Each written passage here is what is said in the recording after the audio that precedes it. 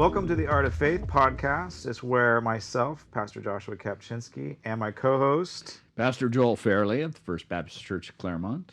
We get together and we talk about art, its impact, and of course, faith. And today I'm really excited about today. Today we have a special guest, another local Claremont pastor, Pastor Curt Phillips from Tapestry Church. Tell us a little bit about yourself, Curt, and then we're going to get into the fun stuff. A little bit about myself. My name is Curt. Yep. I live in Claremont. I am a pastor in Claremont. Yay. And I've been married for almost 5 years. Has it been that long? Yeah. Gosh. Yeah. And Also, when I first met you, you weren't married. No. Because that was almost 8 years ago. Yeah. Now I'm Wow. married. And there you go. All right. Let's start off with the faith part first, Sure. and then we'll get into your cool art and other things that you've done artistically, which I admire greatly. Okay, so how long have you been pastoring? Probably 7 or 8 years. Yeah. I think, yeah. And your church is called Tapestry. Correct. Tell us about that. What's the meaning of the name? And So I did not plant the church. Yeah. I actually was just a part of. I just was going to the church, and the founder of the church, he one day asked me if I wanted to be a pastor, and I said no. Good call. Sometimes Josh and I wish we said that. Yeah. But you know what? I know that the gifts and the callings of God are without repentance, and Yeah. I knew that it doesn't just because. And I started going to Tapestry Church because it was a smaller group, and I was so heavily involved in church ministry in the previous church that I attended. Big church, right?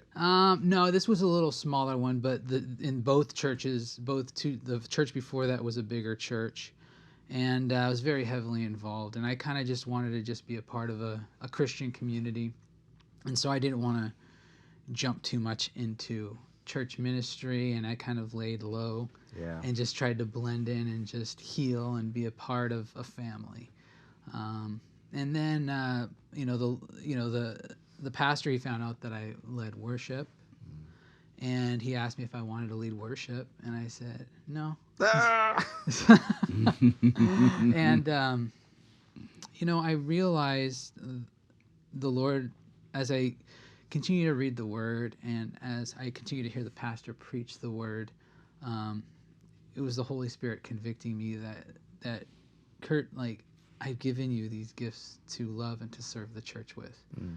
And so I went into it open-minded. Yeah, sure. The only person that's holding this back is my pride. And what God has for my life. It's my pride. And for whatever reason, baggage, whatever, I just, I died to it on a regular basis, and I just started leading worship. And then the pastor asked me if I wanted to teach, and because I kind of eventually told him that I used to lead a college group at the other church I was at, and so I taught. And then he kind of asked me again about being a pastor, and that was when I kind of started considering it. And then we kind of went through a process, like a year-long process of going through some training. Yeah. And then I got ordained, and you were there. Yeah. And then about a month after that, the founding pastor was gone. Yeah. And so the board asked me, do you want to do this? so you inherited the church. Well, kind of. Yeah. I mean, it was kind of in my court. Yeah. Well, it's like I just became a pastor, and my heart was that people were still coming and needed to be ministered to. Yeah. And so as people continued to come, I was just wanted to be there to minister to them. And so I was like, well, let me just go on for a couple months, and then I'll reassess, and then a couple months, and I'll reassess. And then it became, all right, I'll do this for another year, and I'll reassess, and another year. And that went on for a couple years. And so yeah, that's we've been in multiple locations. We've been in the small little bookstore in the Claremont Village we were meeting at when COVID hit. They kind of took our keys away. Yeah. So, Sucks. but we were grateful. Yeah. We had the opportunity to start meeting outside at the Padua Hills Theater, historic Yeah, building. that's cool. And then once they started booking up weddings again, they gave us a fair notice, and the Lord opened the door for us to meet at the Lemley Movie Theater in the Claremont Village, and we've been there since last August. That's wow. great. Yeah, so it's been a tremendous blessing and a great partnership, and we're also looking forward to on April 16th. We're renting out the theater to screen The Passion of the Christ. Our church is going to be sponsoring it, so it's free to anybody that wants to attend it. It's at 10 a.m. that day. Okay, I'm glad you brought that up because Joel and I often have a conversation about the Passion juxtaposed to the Chosen. Mm-hmm. Okay. So we're both big fans of the Passion, Mm-hmm. like artistically, and Right. when we're thinking about who Jesus is, what did he look like?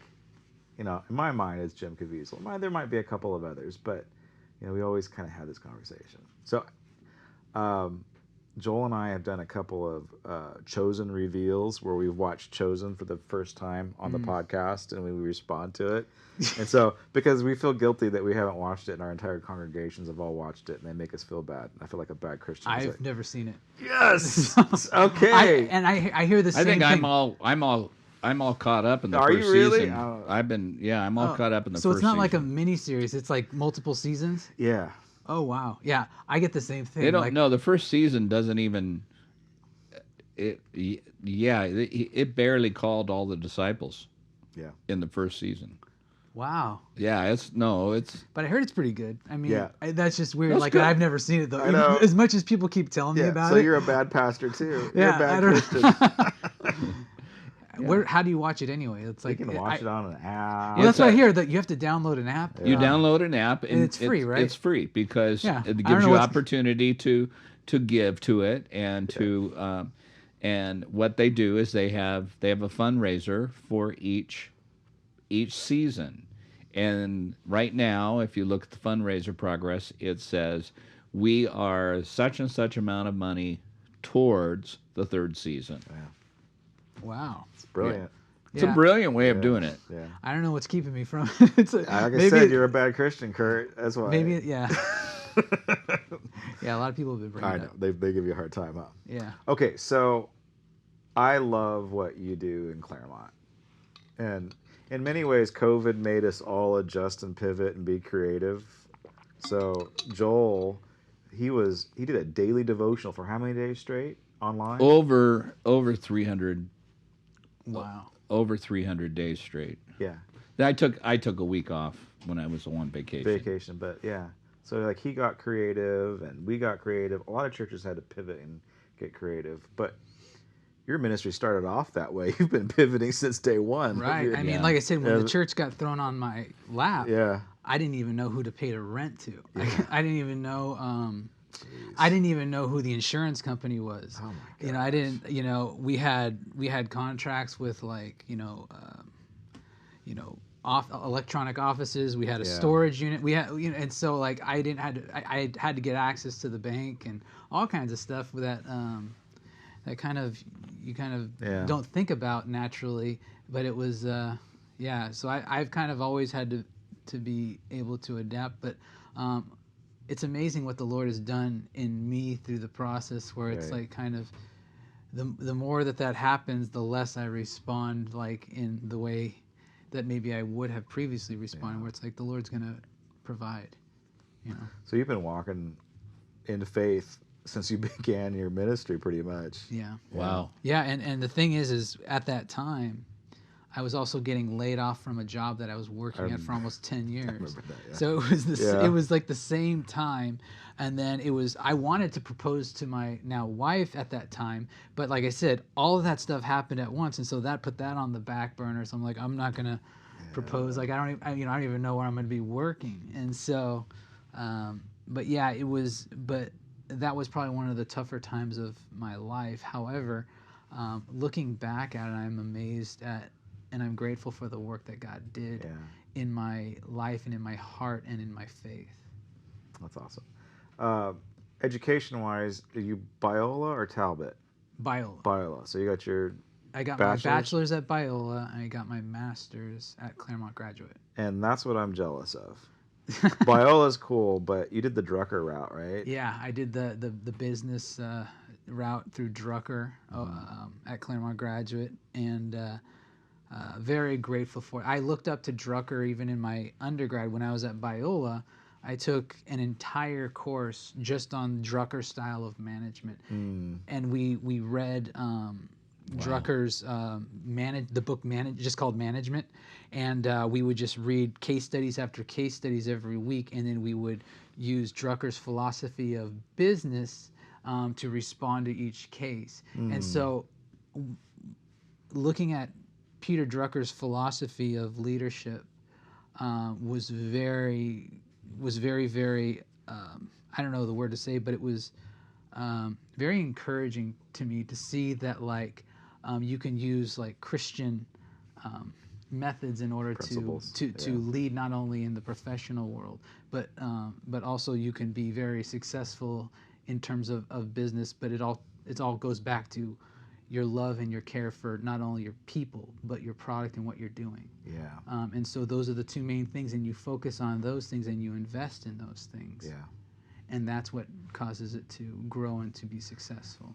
The irony is, like, most churches don't manage with those biblical principles. They don't. They don't treat people as people. I'm going to generalize, but we've all experienced churches. There is a danger. Yeah. And a tendency, which is a harmful tendency too, to treat people as resources. Yes. And not people. Yes. And Right. so when people,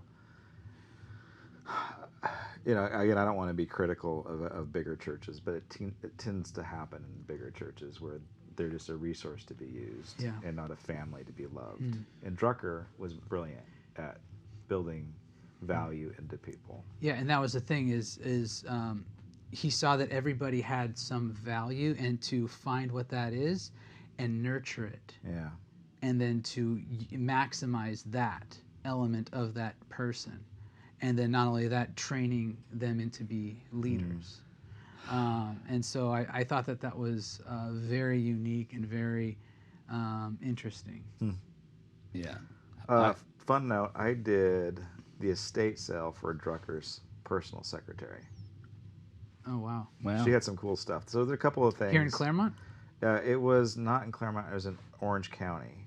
But, wow. yeah, she worked with him here in Claremont. Oh, wow. And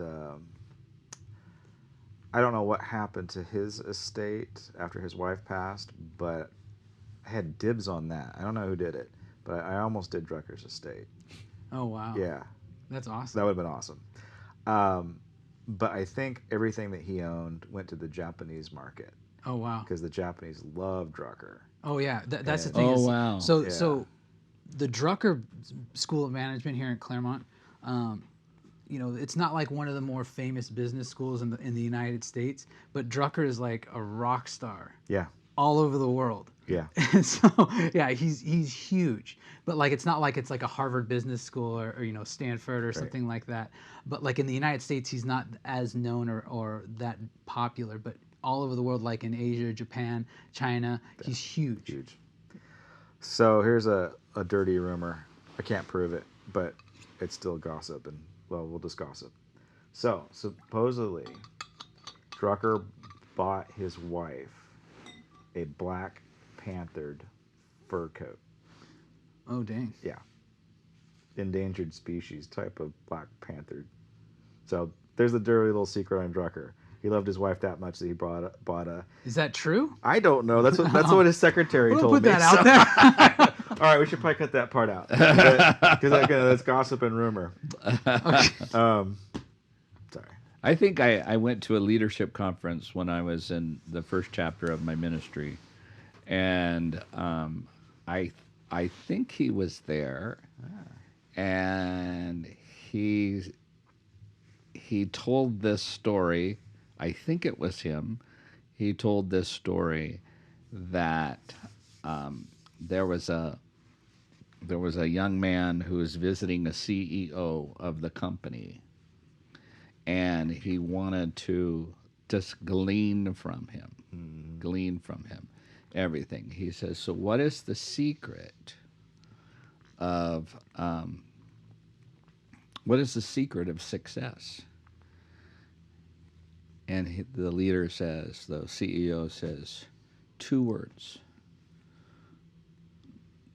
good decisions. And he says, well, how do you make good decisions? He said, 1 word: experience. Yeah. Wow. He says, Yeah. and then he says, well, how do you get experience? He says 2 words: poor decisions. Yeah, for real. Yeah. Does that sound like Drucker? It does. Yeah, I love Very it. concise. Yes. That's what's great about his books. I mean, if you ever Yeah. read his books, they're very simple, concise, and very deep and rich when you read it. Yeah. All right. The other thing about Curt, obviously he's a pastor, and he's an educated man, got some great degrees, but he's an artist. You're selling us short, because the short time I had lunch with you, I heard more about your life than I had ever known beforehand, and I had known you before. Kurt's a true Renaissance man, Yeah, that's a good way to put it. and he is a true Renaissance man. Yeah. He is pastor, lover of Christ, has a master's in management. Yeah. And but he's also a musician, and he's not only just a musician, but a punk musician and a singer. Okay, so let's turn the clock back to before you were saved. Okay. If you want to give us that testimony and what you did and Sure. how you evolved in the medium of being a musician. So what do you want to hear? You want to hear how I got saved? I want to hear what you did before you got saved. Well, Not in detail. I think it's kind of one. Well, I guess I can. Just the Reader's So- Digest version. Okay, yeah. So I in high school I just hung out with a bunch of knuckleheads. Yeah. We were all skateboarders into punk music, and we would go to concerts or shows. We call them shows every week, and I just to play in a punk band or punk music, I just need to know how to play like power chords. So Yeah. I just got a guitar and I learned how to play it, and when I was a freshman, I started playing in a band with just some older guys from the high school. And so that was interesting because I would go to the high school parties every weekend with them, and I was the only freshman there. And then not only that, we would be playing at the parties and stuff like that. And so I got like kind of exposed to that kind of scene like really young. And then, so yeah, it kind of developed certain traits in me and maybe tendencies that were pretty bad and bad influences to me. But eventually I started playing in another band with some closer friends. And my senior year of high school, my dad got transferred to Tucson, Arizona. And so I had to finish my senior year like living in multiple houses. And then once I graduated, my band was like, well, what are we gonna do? We can still play, or we can all move down to the beach. And so we all moved down to Dana Point. And then eventually I got an apartment in Laguna Niguel, and we were playing a lot of shows still as a band, and we weren't really doing much. We were just playing like little local shows. And then when we were living down there, one of the guys in our band, his sister worked for a church in San Juan Capistrano, and she would invite us to this college group. And the other guys all went, and I was like, whatever, and they really wanted me to go. Even though they weren't really Christian themselves. Anyway, they're like, you got to go to this thing. I was like, It's so much to the point where I remember them showing up at my job. I was working at like a Mexican restaurant. Yeah. They showed up at my work and they brought me there. And I didn't know what worship was, Wow. but I knew that they were worshiping something. And I wasn't able to articulate it even in those terms. Yeah. And then when the guy was teaching the Bible, I was like, why is this guy talking about me? And how does he know this? Oh, wow. And I kind of was like chewing on it for a while. And then I kind of, whatever. Yeah. And then they were like, we're going back. And I was like, no, whatever. They did the same thing. They kind of dragged me there reluctantly. And like, it was the same thing. And it was like, I felt God speaking to me, and I felt that there was just, these people were having some kind of a connection with something greater than themselves. And so I, and that's kind of what I got from that experience. And so while we were living out there, we had an opportunity to play a show over here at the Glass House in Pomona. And it was just with a bunch of local bands. And all of a sudden, like last minute, there was this well-known band. They were going to be recording a music video in the area, and they wanted to play a show while they were in town. And they ended up, they're called like Sum 41. Okay. And so they went on selling like millions of albums. And so the show was like packed. So it went from being a local show, playing in front of like a local crowd, like in bands and all their friends, to people that are genuinely going to a concert to experience music and new music and listen to music instead of just being made up of crowd as just, I'm here to support my friend, the drummer,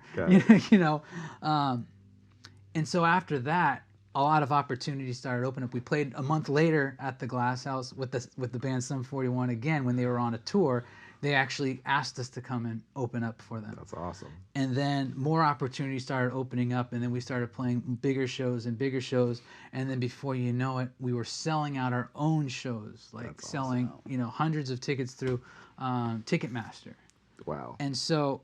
what was the name of your band again? It's called Rudiger. Rudiger.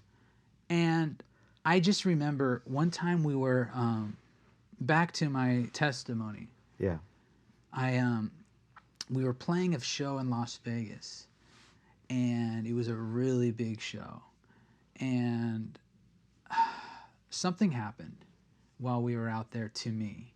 And a lot of bad things that happened to me. I got detained by the police, got kicked out of a club, like all kinds of stuff.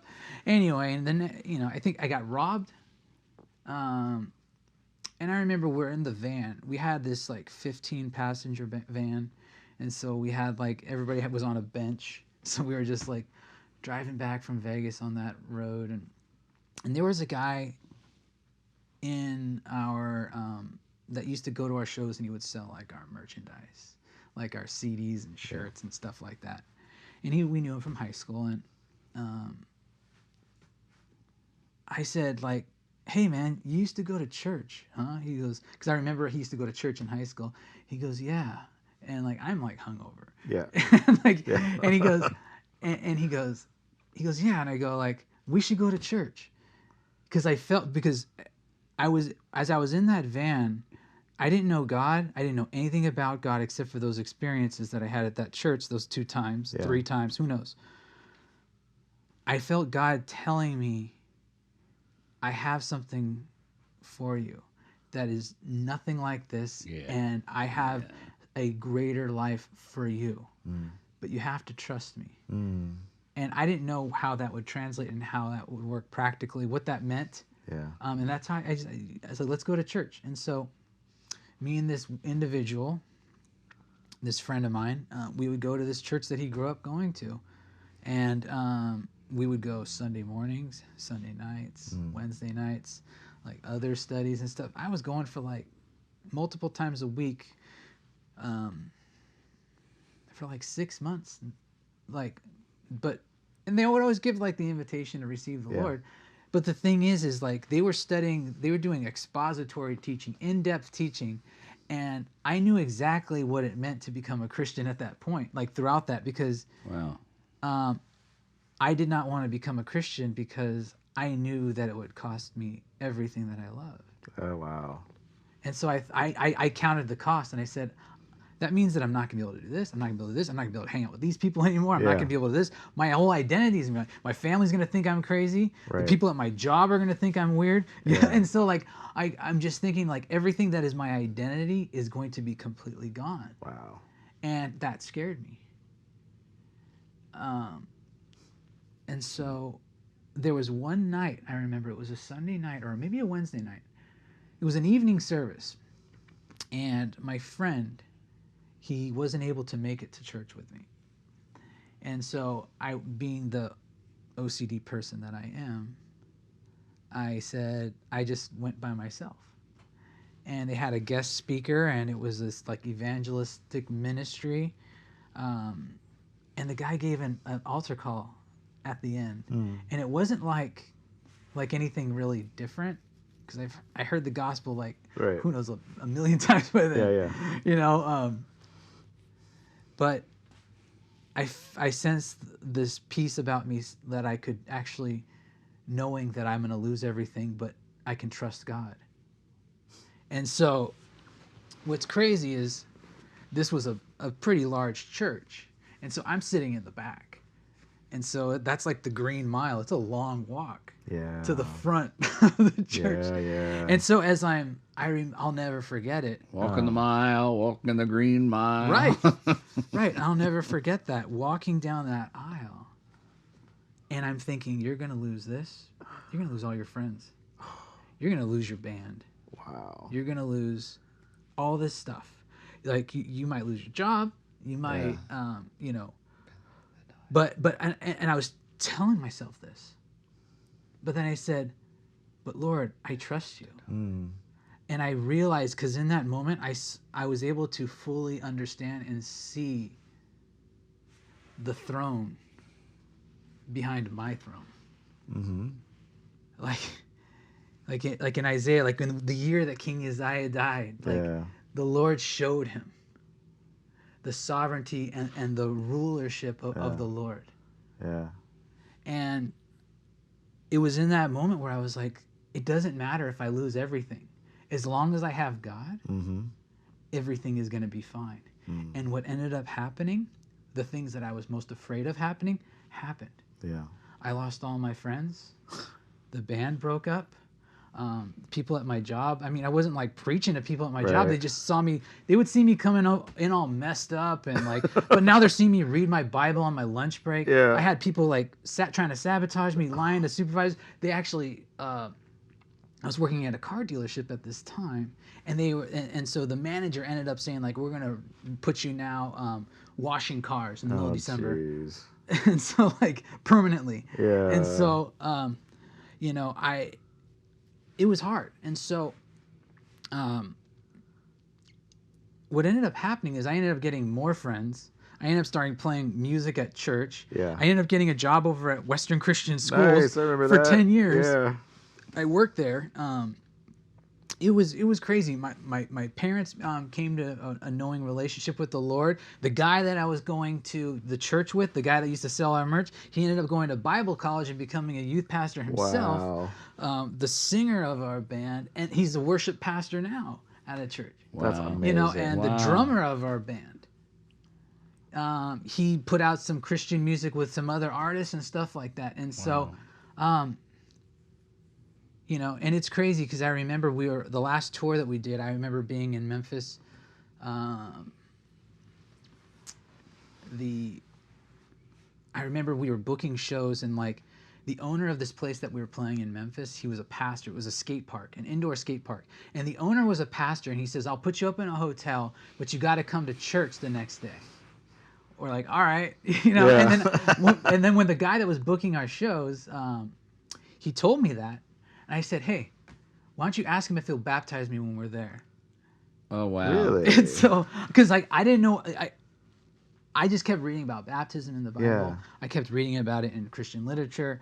I wasn't baptized, and Yeah. like you know, And so it was this crazy thing. And the guy was like, okay, I'll ask him. He's like, hey, he said he'll do it. Yeah. And I remember, we're in Memphis, Tennessee, thousands of miles away from home. And I'm here before my best friends making this proclamation of my faith, of my new life. And it was just for me, it was like the perfect way to experience this declaration of my faith. Wow. To these people that I live with and that I know closest, and they see that this is the old Curt is dead. Wow. And so this is the new me. And coincidentally, that was that church's last Sunday. Really? So it was like the death of a church, In the life beginning. of me. That's awesome. Wow. That's awesome. So it was like, yeah. So that was a very special moment. I still remember that day. I remember the sky. Wow. I mean, Tennessee. Any sky is better than a California sky. California is pretty gross in terms of the air. Right. But yeah, and yeah. So I just and that's kind of how my story of how I came to faith, and the idea of, since I became a Christian, I've always understood, because that it's everything. Yeah. It's every part of me, because the reason I never gave myself to the Lord previously was because there were certain parts that I thought that I still wanted to not let go of. And so the idea was, I want to continue.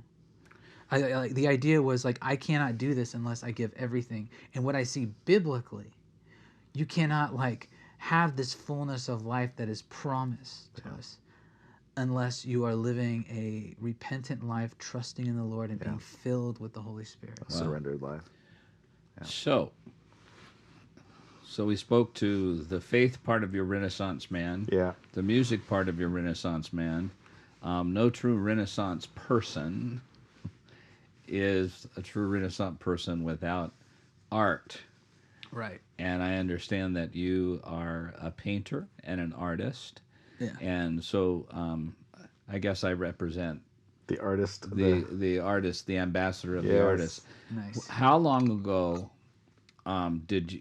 And I'm gonna say it. How long did you begin to? How long ago was it when you began to take art more seriously than you have had in the past? How long was that? When I think about it, and like I know we were having kind of a similar discussion at lunch, and then even when you're asking how long have you been a pastor, like these earmark things that are really significant and important to people. I've never kind of take those things seriously as to when, and like, oh, this is the anniversary of this, and this is the celebration of this. For me, I never really kind of embraced of like, I'm gonna be an artist. I've always kind of just thought that that's just a part of like how God has made me, and how I can express myself and what's going on in my heart and in my mind and in my life through creating something. And so it's never been like, you know what, I'm gonna kind of, this is just what I do, and this is kind of, no, but it's just kind of been like how I just see life and how I process life. So how long ago was it that you started picking up a paintbrush and applying it to a canvas, and that's a good question. I mean, it's not that long ago. I can't tell you exactly when. It might have been 7 or 8 years ago. Okay. And maybe, I think. Okay. I think, yeah. So, yeah, and it was just, I knew a person that was just having a gathering of friends, and they provided canvases and brushes and paint, and I just started creating. I was like, and I just discovered that, hey, this is just another method of creating something and expressing myself. And I thought, I was like, oh, this is pretty. I mean, I didn't know it. I still don't think I know what I'm doing. Even in writing music, I don't think that I know what I'm doing. And so I never really create art for anybody, but just as a mere expression for myself. Okay. Of myself. Where do you What is it about art and the process? What is that you like? For example, some of the pieces that I've seen, I have to say I love your color and use of color. What draws you to the process, and what are you excited about in the process, and what would be, with for lack of a better word, your style? Um, well, you know, Or are you still finding it?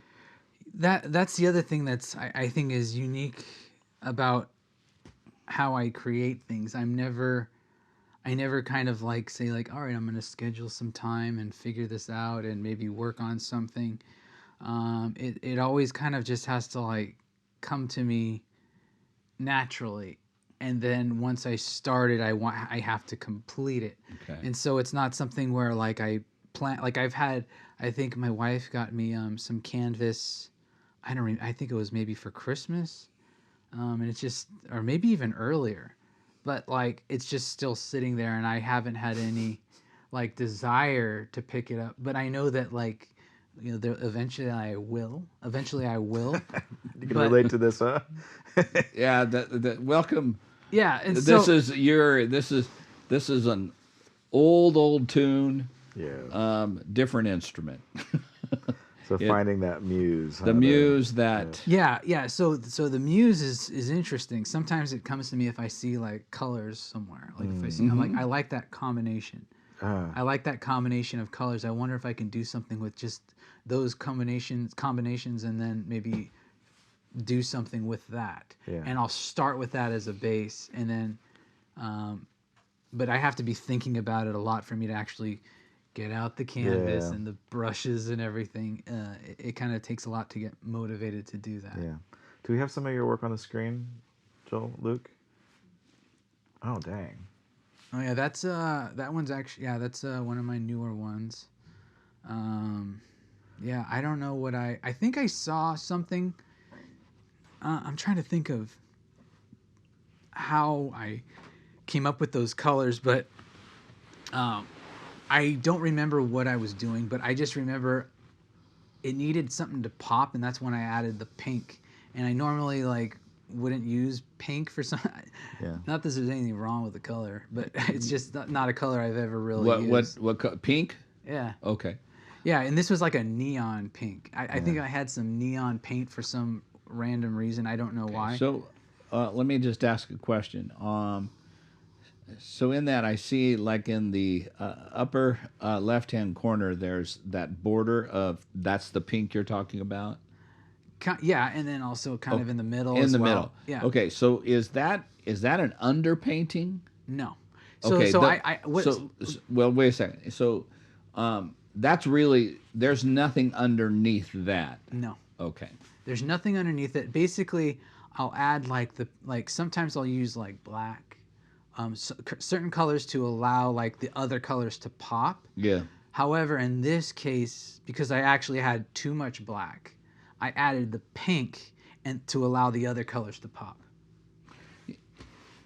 It's interesting. First of all, I love it. And I love the fearlessness in it.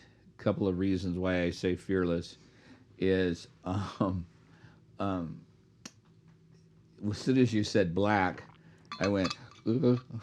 because I try to avoid black as much as I possibly can because of its tendency to be muddy.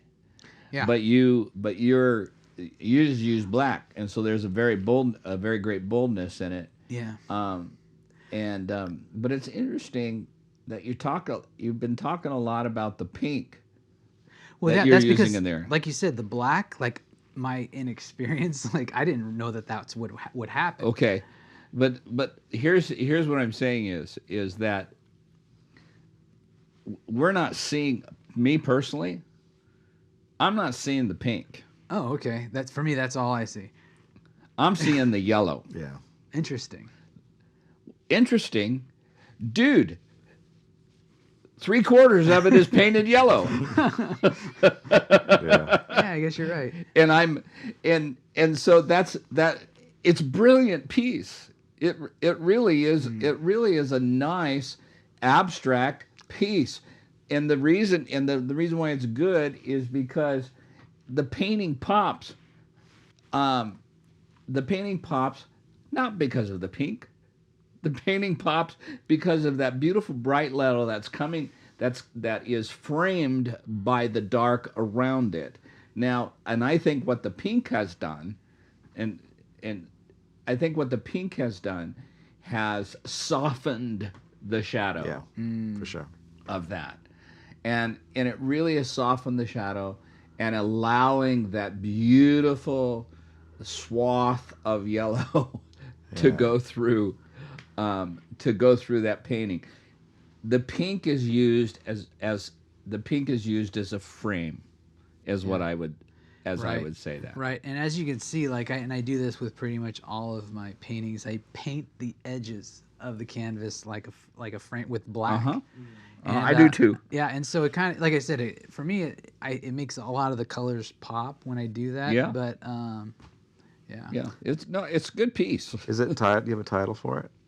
No. All right. No, I don't have a. Yeah. Okay. Do you have more? Like I said, when I create things, I don't say all right, now this is gonna be called this. Right. For me, these are only just for me, like in my Impressions, personal expression. And I think Jackson Pollock would say the same thing. Yeah. Everybody who is an artist would say, "This is for me." This is a great And that's topic. why I just put my first name on there. I don't Yeah. even I think Joel, I think there's a big one that I'm painting. I think I sent you. Yeah. Let's take a look at the next one. There's- Yeah. Yeah, Up and the that one. process. So this is the story that I was telling Joel about. If you want to go back to the picture of the empty canvas against my truck. So I bought this canvas at a thrift store for like $19. As you can see, it's got a bow in it. Yeah. It's got some big old Stains stain on it. Yeah. And so, but it was $19. I didn't really know what I was doing with painting, but I figured I'm never gonna get like a deal like this. I think like a blank canvas like that is like $500 or $600. So it's a stretched canvas on this frame. Yeah. So and then I just I took it home. Is it staples along the side, or is it gallery wrapped? I don't know. I think it's staples. Okay. So yeah, I mean, and then I realized because I've only done like one or two pieces, and then like this is gonna be like my next one. Yeah. And so like, look at that's like a Dodge Dakota right there, and it's huge. And so I really bit off a little more than I can chew with this one. But if you can see like the second photo of this one, that one right there, that's kind of as I was kind of coming along with it. Okay. Is this before you were married? Yeah. So this was so it kind of it took a while, and as you can see, everything is kind of really random. I like it though. One of my favorite things in the whole wide world are blank canvases. Yeah. Yeah. There's nothing. Sometimes I just like to sit and look at a canvas.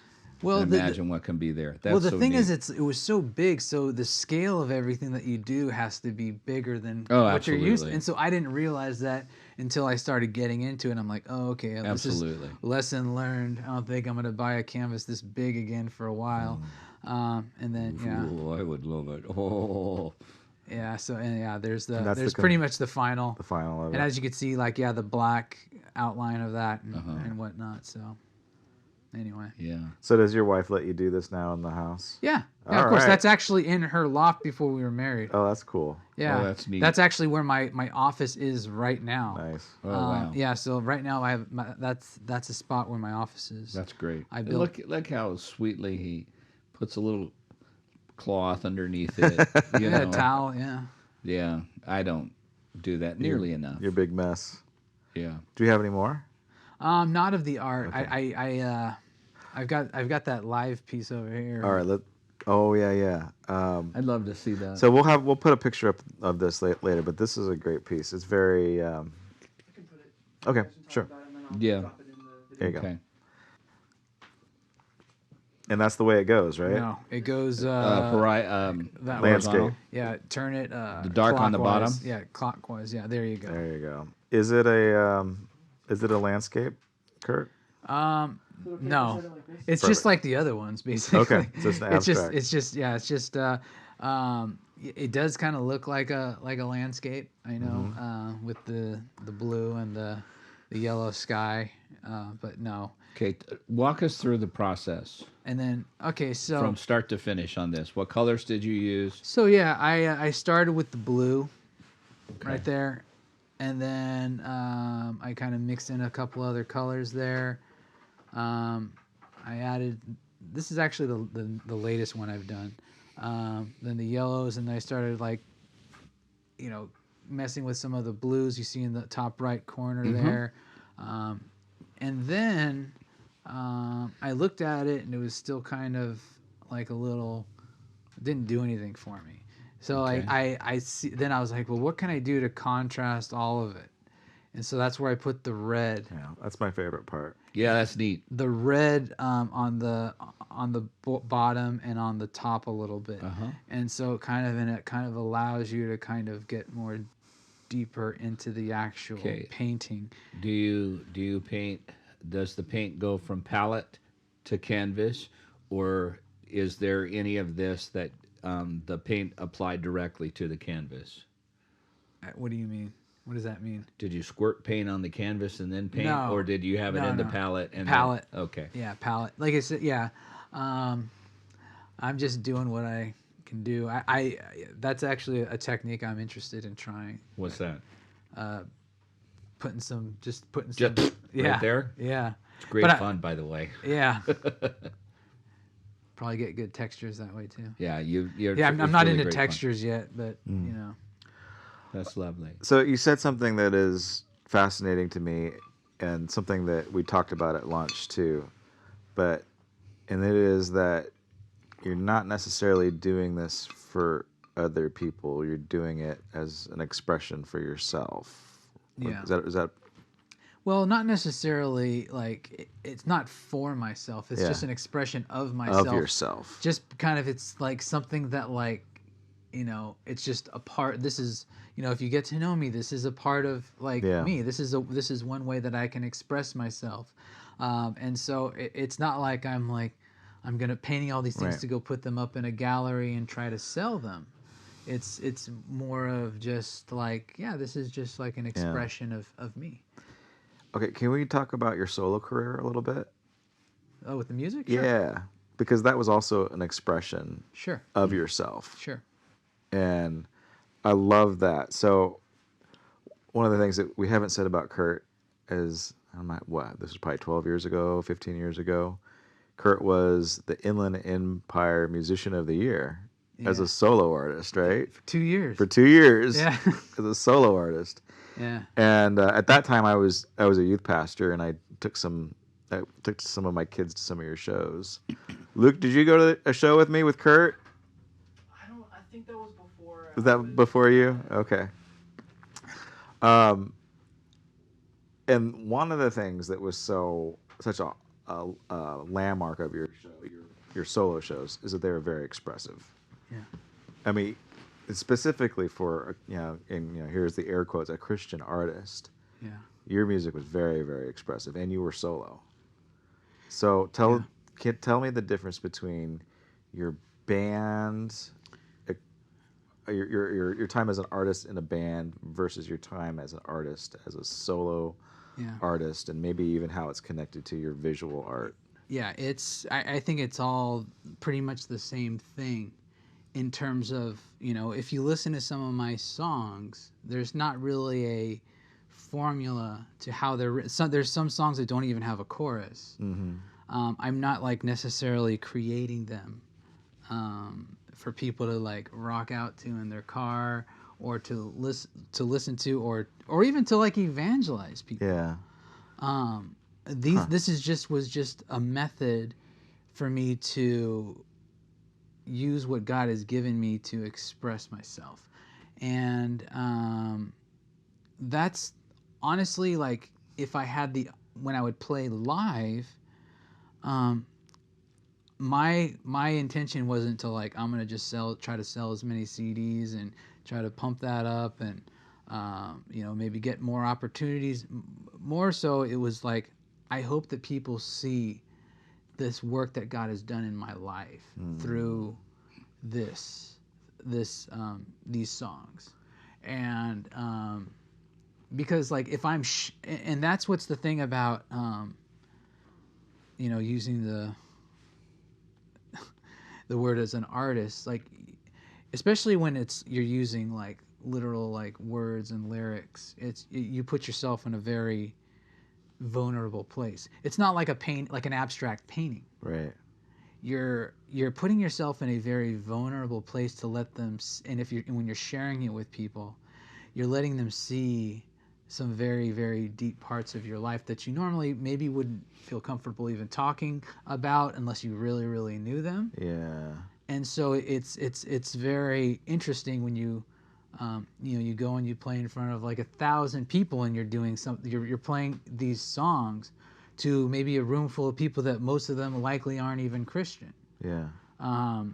And so it's a very, very interesting place as opposed to playing for a crowd, when you're just playing to express yourself.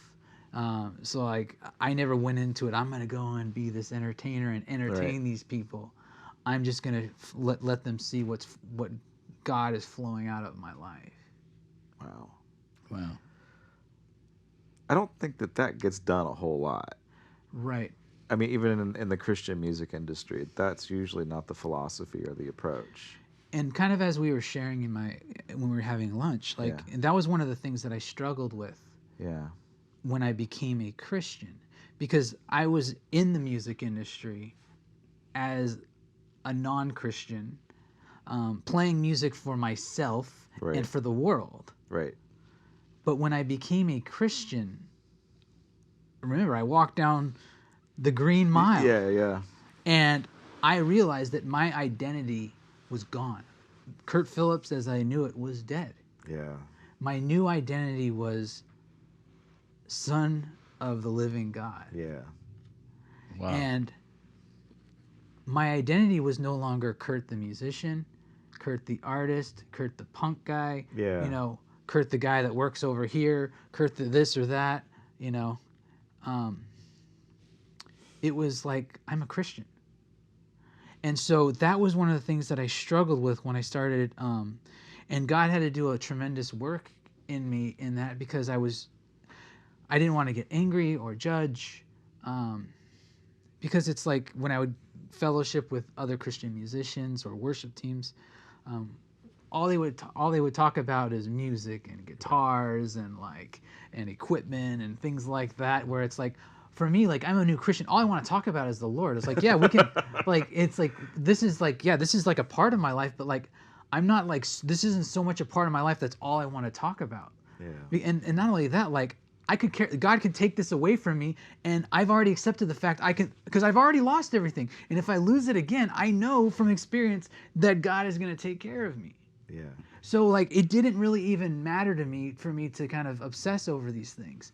And so, like the whole thing, people go like, after church, people go, so how was worship today? I don't know. Why don't you ask God? It's like, you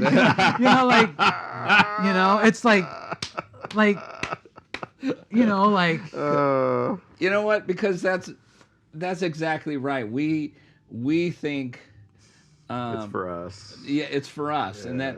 and that worship. God is the audience. We're not. Yeah. We're not. Right. And that's interesting.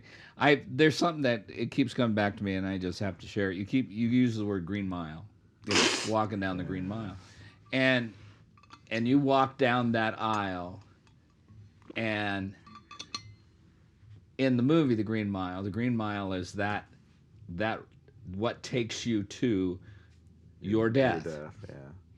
And your Green Mile that you walked took you to death.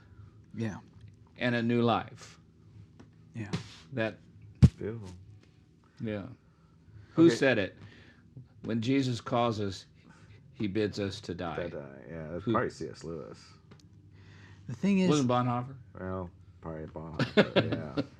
I don't know who. There is so much freedom in that death. Yeah. when you're no longer holding on to things or titles or positions Well, I or think I read gifts. something like that in, I don't know, Romans, Yeah. And like, Galatians.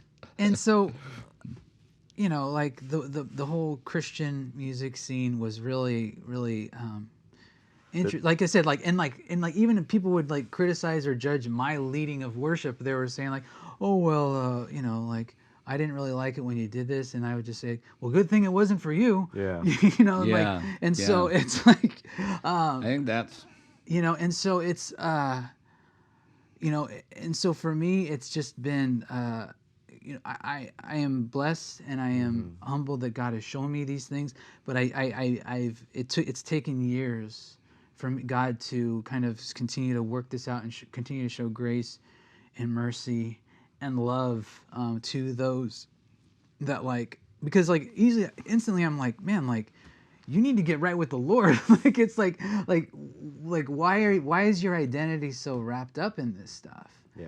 Where it's like, you know, and so it's yeah. wow.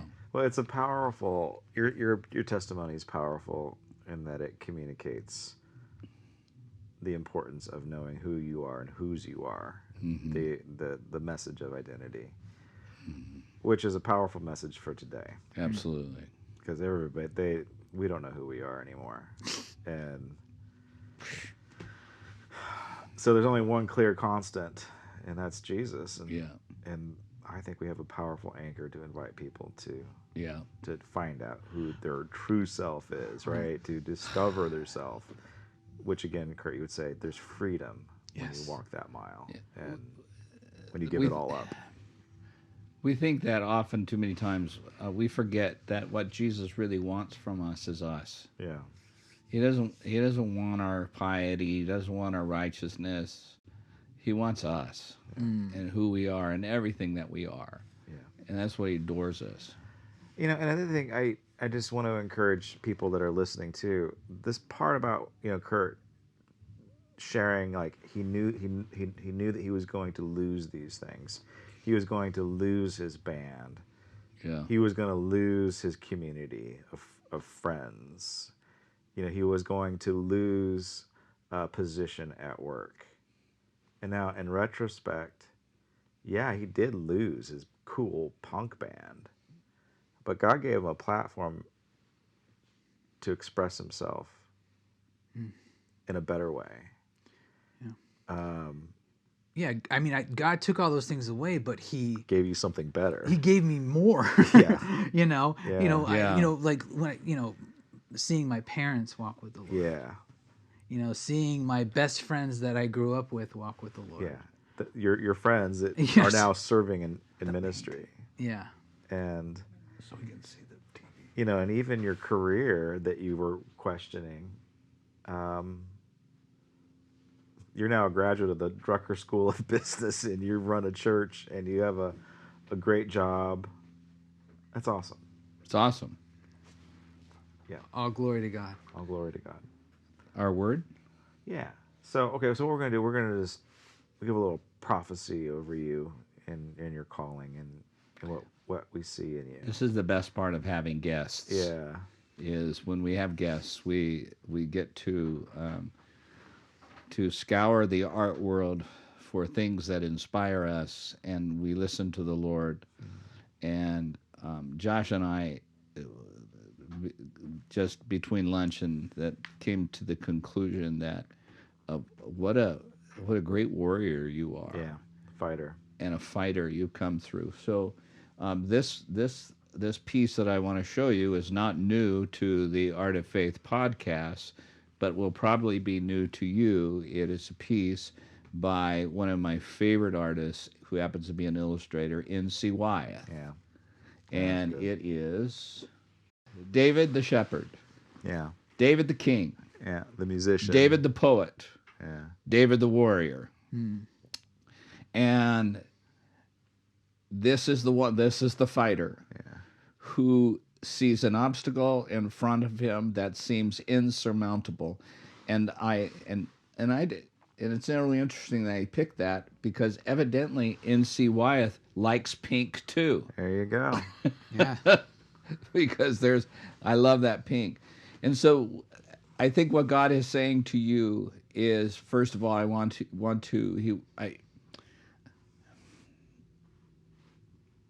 I want to get this right.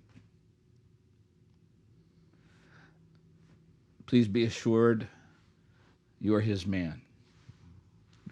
Please be assured that you have stepped forward. A lot of those in this incident that is portrayed here, in this incident, the people watching David step forward thought he was walking his green mile. Mm-hmm. And this was his last act on earth before he would be destroyed by Goliath.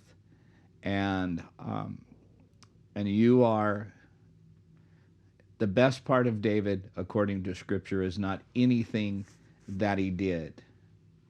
The best part was he was a man after God's own heart. Man. And that's why God chose him. And that's why God loved him. And God is saying to you, you're a man after my heart. Yeah, I'm going to post on that too. This is the perfect picture for Curt. Because in many ways, and not just Curt, many pastors are facing a giant. Yeah. And in the city of Claremont, we face some big giants. And, Curt's always stood his ground on his convictions and on what is truth. Mm-hmm. So I definitely agree with this, that Curt is, he is a David fighting a Goliath, and he's gone into territories, into fields that you and I haven't been in. And he's fought some big boys, and we're very proud of him for doing that. But what God gave me on this one is that when David went in to fight Goliath, he went into a stream and he picked out 5 smooth stones. And that is his preparation. And you have chosen to prepare yourself for battle with the right tools. Specifically, education. So you have a stone of education. Specifically, theology. You dedicated yourself to going to a great school to learn proper theology, that you have a strong foundation. Third stone, the arts. It's a tool that you're using in your ministry. Fourth stone, business. You said it yourself. You had to learn the books. You had to learn the marketing. You're not just running a church. Practically, you're running a business. Yeah. The fourth stone, I think, has something to do with your wife. Yeah. And I'll let you discover that one. Yeah. But those specific tools are all in your hand. They're all in your belt. And you'll know when to use them to strike. Yeah. You'll know. You'll know. And you do. So from one pastor to another, we want to support you and bless you, and you have a unique, creative expression of the gospel in the city of Claremont. And if you don't do it, nobody else is going to do it. Amen. You're the one who stepped out of the crowd. Yeah. And say, I got this. I'll do this. Most church plants inside of this city die, but you fought, and you made you made a church that was probably, it was going to go down, but you said, here I am, Lord, send me. And because you did that, Tapestry is alive today, and it is. And we're still talking about it. We're still talking about it, and in creative ways, it's reached and ministered and trained hundreds. Yeah. So, well done, good and faithful servant. Amen. Amen and amen. Oh. So with that, thank you for joining us. We're going to mess around next time with Joel's art. So we're going to have a good time looking at some of his pieces that are inspired by music, and we'll connect it. I'll get art history nerdy with My favorite. Kandinsky. All right, God bless you guys. Thanks for watching.